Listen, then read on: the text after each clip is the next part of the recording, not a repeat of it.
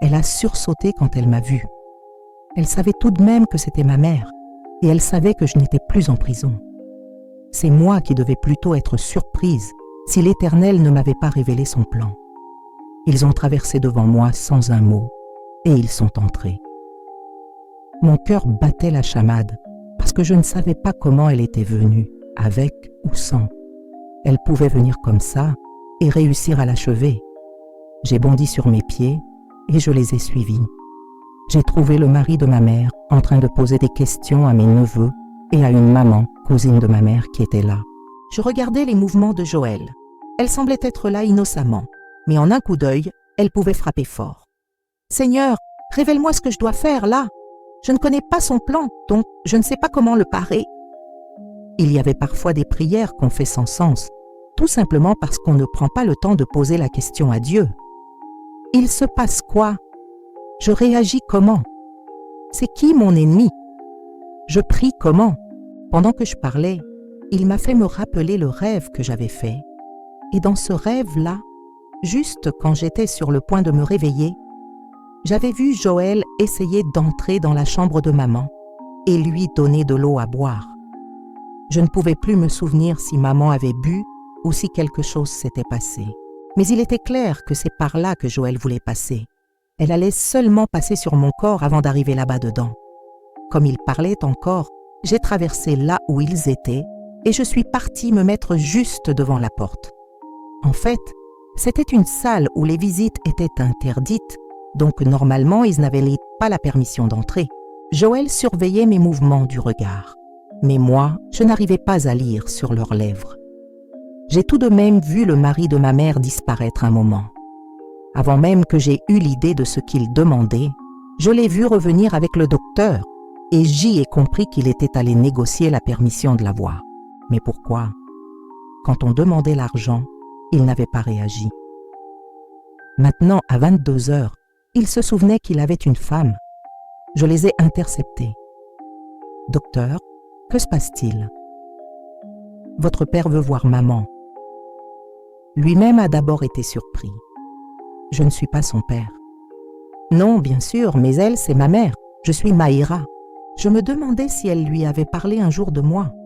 Mais il n'a même pas semblé faire attention à ce que j'ai dit. « Docteur, on va la voir ?» Il n'avait pas la pression de lui-même, c'est Joël derrière qui faisait ça, je la voyais. « Non, non, ce n'est pas possible. » Tout le monde s'est tourné vers moi. Même mes neveux étaient étonnés vu la façon dont j'ai parlé fort.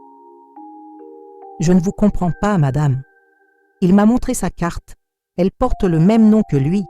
Je ne saurais interdire à cet homme de voir son épouse. Son épouse que, tout à l'heure, quand on cherchait l'argent, des millions pour intervenir sur elle, alors qu'elle était sur le point de mourir, quand on l'a appelé, il a répondu quoi? Silence. Je venais de poser une question. Un genre de question. Je n'étais pas sur place et j'ai demandé à ma femme de voir ce qu'elle pouvait faire.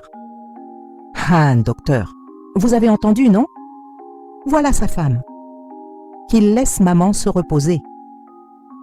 Vraiment? Mon neveu venait d'envoyer le vraiment de soutien derrière moi. Le mari de ma mère s'est enflammé. Apparemment, il était quelqu'un qui ne savait pas garder son calme. Non, ce n'est pas possible. Je suis venue ici pour la soutenir, mais si ces bâtards vont me manquer de respect, moi je m'en fous, je m'en lave les mains. Joël le suppliait de se calmer, mais il ne l'écoutait pas. Il a tourné les talons en colère et s'en allait pendant que le docteur le suivait pour le calmer. « Maïra, j'ai faim, nous on va aller calmer le gars là dehors avant d'aller manger la nourriture. » « Ok. » Je me suis retrouvée avec Joël et ma tante. Sans forme de procès, Joël s'est dirigé vers ma tante, comme si elle voulait lui parler. Je me suis demandé où elle se connaissait. Elle a fait genre, elle lui posait quelques questions et elles se sont saluées, puis elle est passée devant moi. On finira par retrouver ta fille, Maïra, et c'est même moi qui vais la tuer devant les hommes pour nous la consacrer. Elle a parlé à voix basse et elle a continué son chemin. Mais je me suis souvenue de ce qu'elle avait fait pour mon Manu que j'aimais tant. J'ai couru vers elle. « Sorcière, vous ne l'aurez pas. Tu traites qui de sorcière? » Ce n'est pas toi qui as tué ton fiancé médecin devant tous ses collègues. La honte que j'ai eue. Dans un environnement hospitalier, quelle idée! Je l'ai empoignée par sa longue brésilienne qu'elle avait dans le dos. C'est toi qui l'as tué, vampire! Lâche-moi! Elle m'a bousculée et je suis tombée.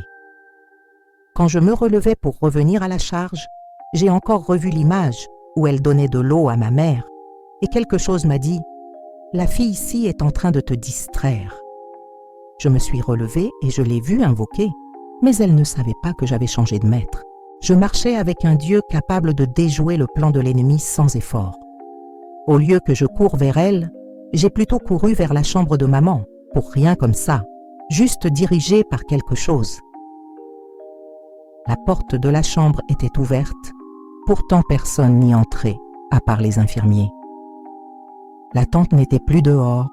Je suis entrée avec précipitation et je l'ai trouvée en train d'essayer de donner à boire à ma mère. Elle penchait encore le liquide. « Pose la bouteille là immédiatement !» Elle a sursauté pour après faire le faux courage. Elle a demandé de l'eau, il n'y avait pas les infirmières. Du coup, j'ai pensé que je pouvais prendre mon Tanguy dans le sac et lui donner. « Mets-toi dehors !» En parlant, je ne regardais pas son visage, mais plutôt sa main, car je sentais qu'à tout moment, elle pouvait même pousser l'eau. « Si tu tentes de verser une goutte de cette eau dans sa bouche, je te tue physiquement ici, sorcière. Sors de là, sors vite !» Je me suis approchée d'elle et j'ai arraché la bouteille de ses mains. « Tu vas boire toi-même ta sorcellerie, là.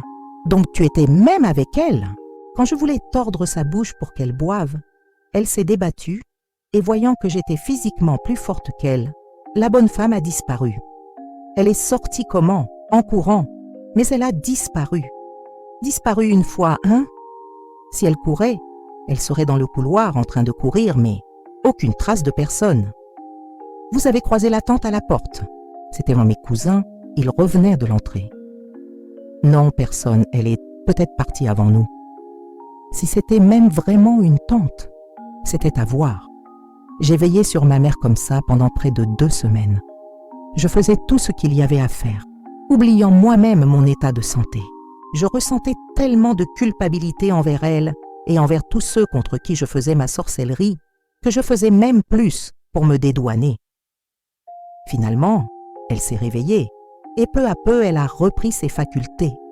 Le truc, c'est que j'avais donné tout ce que j'avais et je priais pour que rapidement on sorte de là. Dieu merci, finalement après on est rentré à la maison, j'ai pris mes affaires de l'autre côté et je me suis installée à la maison.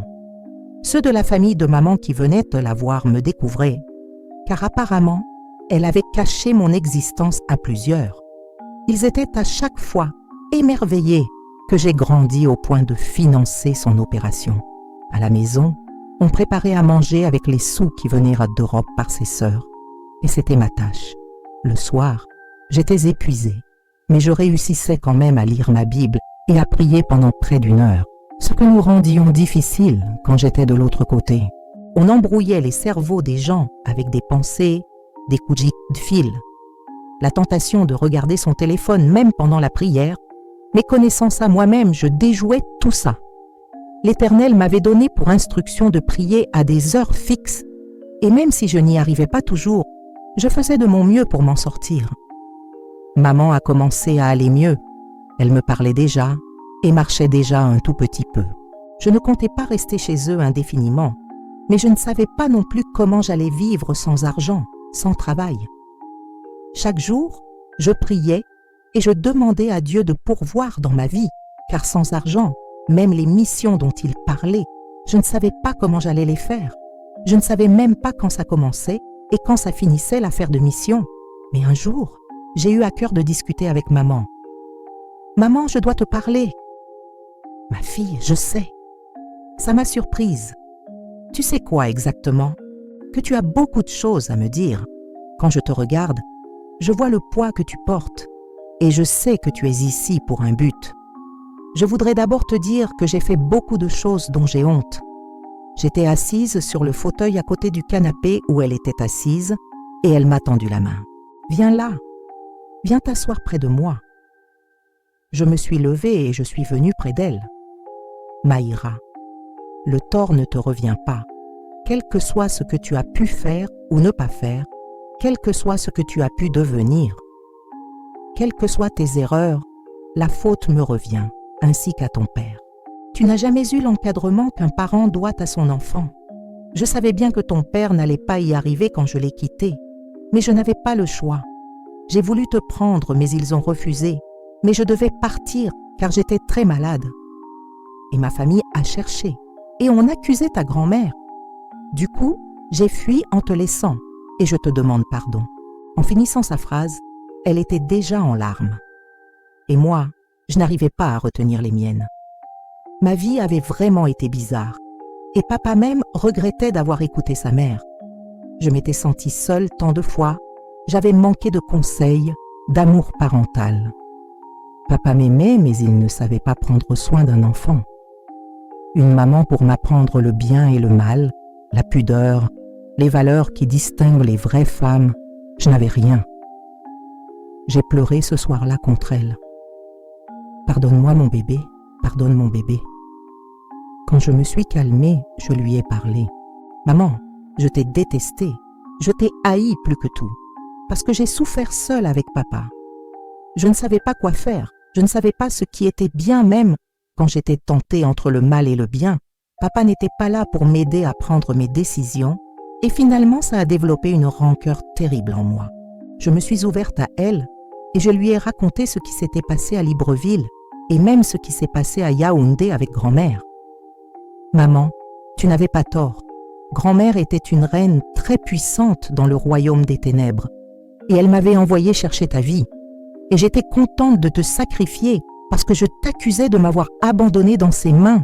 Mais quand je suis arrivée pour te prendre, je n'ai pas eu de soucis à l'aller, mais tu n'étais pas un candidat idéal pour la raison pour laquelle on voulait un sacrifice. Et il y avait autre chose. Il y avait ta fille qui priait pour toi dans la chambre la nuit, et Dieu n'a pas permis que ta vie te soit ôtée.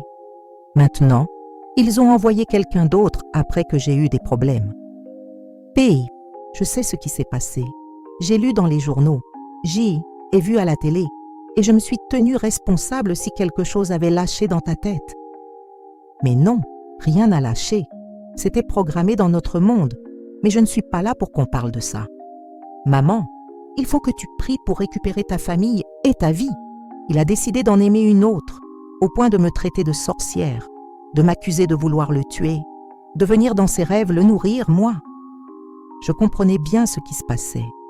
Parfois tu voyais quelqu'un dans tes rêves, et c'est Dieu qui te révélait la source de tes problèmes. Parfois aussi tu voyais quelqu'un, c'est une personne de notre royaume qui se déguisait pour créer confusion et problèmes. Alors qu'est-ce qu'il fallait faire? Toujours prendre confirmation chez Dieu avant d'indexer quelqu'un. Seigneur, qui est cette personne qui est contre moi? Il avait sa façon à lui de rendre ses réponses indiscutables et claires. Maman, il faut que tu pries, il faut qu'on prie. Cette femme qui est avec ton mari va détruire sa vie et détruire celle de tes enfants. Elle ne les quittera que lorsqu'elle en aura terminé avec eux. Hey! Oui, et même ta maladie vient d'elle. Il faut que tu te battes, maman. Oui, mais moi je suis découragée, je prie, je ne vois pas de résultat. J'ai l'impression que Dieu ne m'entend pas. Tu sais que j'avais d'abord été malade avant, bref. Moi je le regarde seulement. Il entend. Je t'assure, il entend.